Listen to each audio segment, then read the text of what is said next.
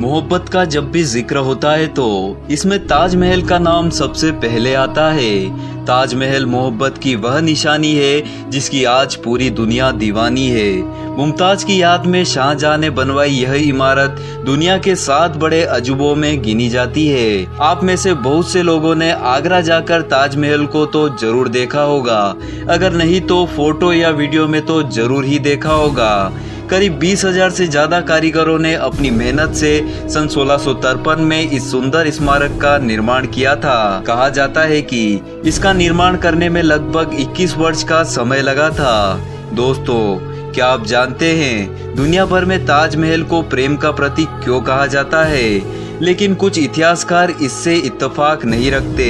उनका मानना है कि ताजमहल को शाहजहां ने नहीं बनवाया था, वह तो पहले से बना हुआ था। उसने इसमें हेर फेर करके इसे इस्लामिक लुक दे दिया था।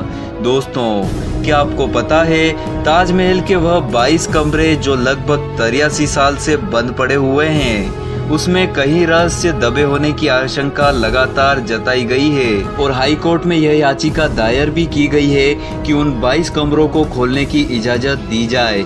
कई इतिहासकारों का मानना है कि ताजमहल से पहले इस जगह पर तेजोमय या तेजो महालय नामक महादेव मंदिर था, जिसे तोड़कर शाहजहां ने ताजमहल बनवाया था और इसी मामले को लेकर याचिका दाखिल की गई है। इसमें कहा गया है कि भारतीय पुरातात्विक सर्वेक्षण ASI को ताजमहल के 22 कमरे खोलने की इजाजत दी जाए, जिससे यह साफ हो जाए कि वहां हिंदू मूर्तियां और शिलालेख छुपे हैं या नहीं। दरअसल ताजमहल का विवाद तब शुरू हुआ जब इंदौर के इतिहासकार PN ओक की किताब ट्रू स्टोरी ऑफ ताज सामने आई। ओक ने अपनी किताब में ताजमहल के शिव मंदिर होने से संबंधित कई दावे किए।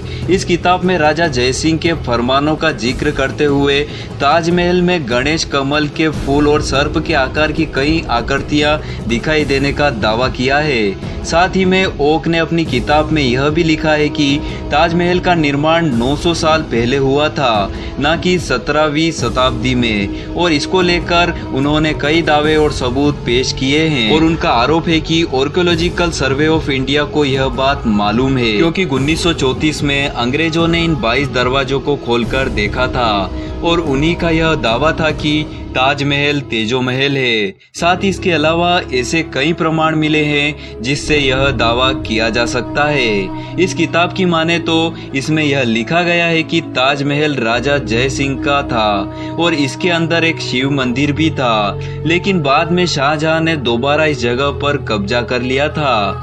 अब आपको यह बात पता होगी कि बाबरी मस्जिद एक मंदिर के ऊपर बनवाई गई थी, क्योंकि जब मुगल भारत आए थे तब उन्होंने मंदिर के ऊपर के हिस्से को तोड़कर मॉस्क्यू बनाए थे। जब इस पर सर्वे किया गया तब यह पता चला कि बाबरी मस्जिद मंदिर के ऊपर बनाई गई है। ऐसा दावा किया जा रहा है कि ऐसा ही कुछ शाहजहां ने ताजमहल में किया था। भाजपा नेता रजनीश सिंह ने इस्लामाबाद हाई कोर्ट की लखनऊ बेंच में इसे लेकर याचिका दायर की है। इसमें ताजमहल के नीचे 22 कमरों को खोलने की मांग की गई है, जिससे मालूम चल सके कि उसके भीतर देवी देवताओं की मूर्तियां और शिलालेख है या नहीं।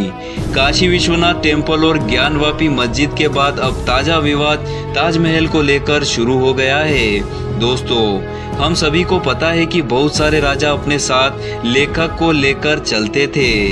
उनका यह मानना था कि जो लिखित में होगा उस पर ही आने वाली पीढ़ी भरोसा जताएगी। ऐसा ही अलाउद्दीन खिलजी के लेखक का ताजमहल को लेकर एक लिखित में बड़ा प्रमाण मिला है। इस लेख में यह लिखा गया है कि ताजमहल राजा मान सिंह का था।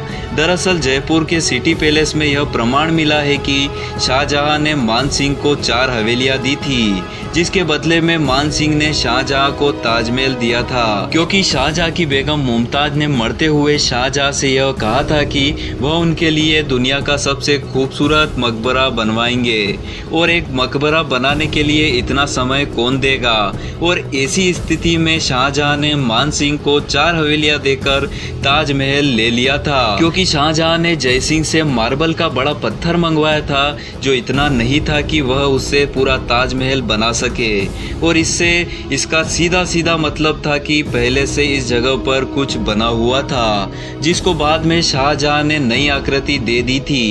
ताजमहल को तेजा महल घोषित करने के लिए पहली याचिका 2015 में दायर की गई थी। उसके बाद 2017 में फिर से पिटीशन दर्ज किया गया और अभी एक बार फिर से लखनऊ हाई कोर्ट में याचिका दायर हुई है। दोस्तों, आप सभी क्या सोचते हैं? क्या ताजमहल शाहजहां ने बनवाया था या फिर शाहजहां ने बनी बनाई स्मारक को आकृति दी थी? क्या ताजमहल के 22 बंद कमरों में आज भी बड़े राज छुपे हो सकते हैं? आप अपनी राय हमें कमेंट सेक्शन में कमेंट कर जरूर लिखिएगा। मिलते हैं नए वीडियो में। ऐसा ही अमेजिंग कंटेंट आगे भी पाने के लिए फैक्ट्यूबर यूट्यूब चैनल को जरूर सब्सक्राइब कीजिए। बने रहिए चैनल के साथ। जय हिंद, वंदे मातरम।